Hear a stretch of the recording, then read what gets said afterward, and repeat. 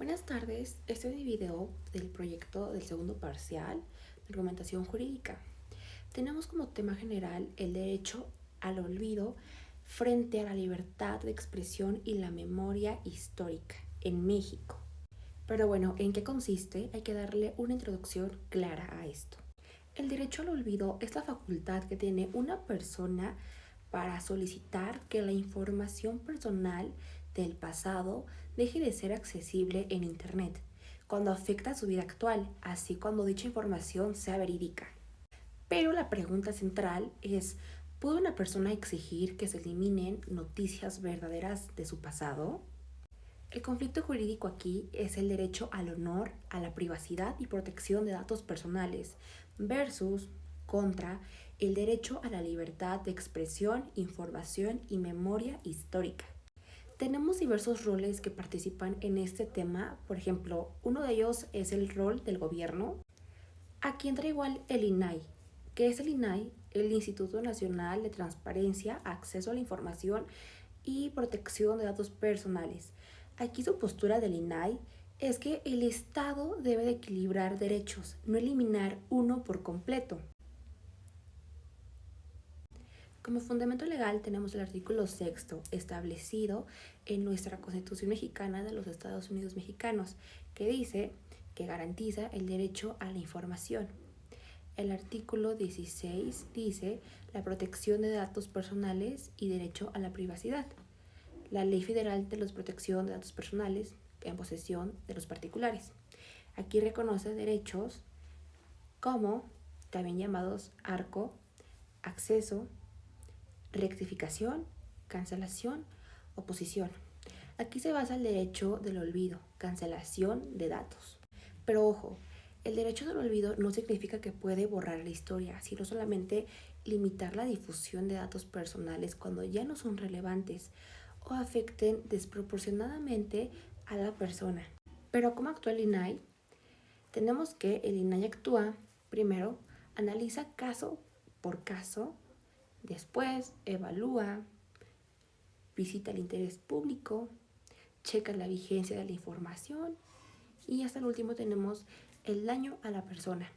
Conclusión de este rol es de que el Estado protege tanto a la privacidad como el acceso de la información, pero prioriza la dignidad humana cuando no hay interés público vigente. Tenemos el rol número 2, que es la iniciativa privada. Aquí tenemos como Google o los motores de búsqueda. La postura es de que no deben de ser responsables de eliminar contenido, solo de indexarlo. Y nuevamente tenemos el artículo 6º de la Constitución, que habla sobre la libertad de expresión, información, el artículo 7º, que dice que la libertad de difusión es sin censura previa. Como argumento tenemos aquí que eliminar enlaces puede convertirse en censura indirecta. ¿Qué problemas aquí se plantean? Tenemos la imposibilidad de técnica de control de todo el contenido, riesgo de abuso de derecho al olvido y también afectación al acceso a información pública. Ejemplo, si alguien cometió un delito y fue noticia, borrar eso podría afectar la transparencia social. Pero ¿cómo se actúan aquí? Pues solo se eliminan los enlaces en ciertos casos, previa resolución sea legal. No se borra la información original. La conclusión aquí del rol es que los motores de búsqueda no deben decidir qué se borra. Esa decisión corresponde a las autoridades. Tenemos el rol número 3, que es la academia. Historiadores, investigadores. Aquí esta postura dice que defiendan a la memoria histórica y el acceso a archivos. Fundamento legal, repito, el artículo 6º, el artículo 7º, también la Ley General de Archivos y la protección del patrimonio documental. El argumento aquí es borrar información del pasado puede alterar la historia y afectar la verdad. Como riesgos tenemos el reescribir la historia, ocultar hechos relevantes. Por ejemplo, en casos de corrupción, delitos o hechos públicos relevantes. La conclusión del rol aquí sería que la memoria colectiva debe preservarse, incluso si incomoda a los individuos. Tenemos también el rol de las instituciones religiosas. Aquí entra igual la moral. Una vez mi maestra Karina nos comentaba a todos que la moral no entraba al escribir los valores éticos, los principios éticos, porque un legislador, por ejemplo, no podía meter la moral, solamente su ética profesional y la ética que ha llevado a lo largo de la vida, para asentar igual los principios del derecho. Pero bueno, aquí tenemos como fundamento el artículo 24, que establece la Constitución Mexicana de los Estados Unidos Mexicanos, que habla sobre la libertad de creencias religiosas. El artículo primero dice el principio de dignidad humana. Como argumento tendríamos que toda persona tiene derecho a cambiar y no ser definida por su pasado. Como dice Dios, que todas las personas no son perfectas, pero tienen la oportunidad de cambiar. Argumento sería que toda persona tiene derecho a cambiar. Ya lo repetí, ¿verdad? Pero bueno, como por ejemplo, tenemos los enfoques del perdón, la reintegración social, una nueva oportunidad, que fue lo que les comenté. Ejemplo, aquí una persona cometió un error en su juventud y fue mal señalado, mal criticado, mal visto, su moral se dañó, su reputación también, pero pues ahora tiene la oportunidad de cambiar. La conclusión del rol aquí sería que el derecho al olvido protege la dignidad humana y permite la reinserción social nuevamente.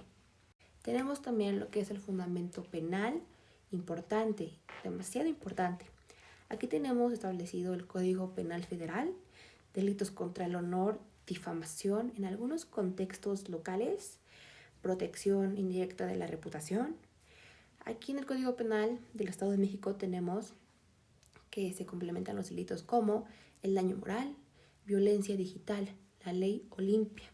Aunque el derecho del olvido no esté como que muy explicado, se relaciona con la protección de la dignidad.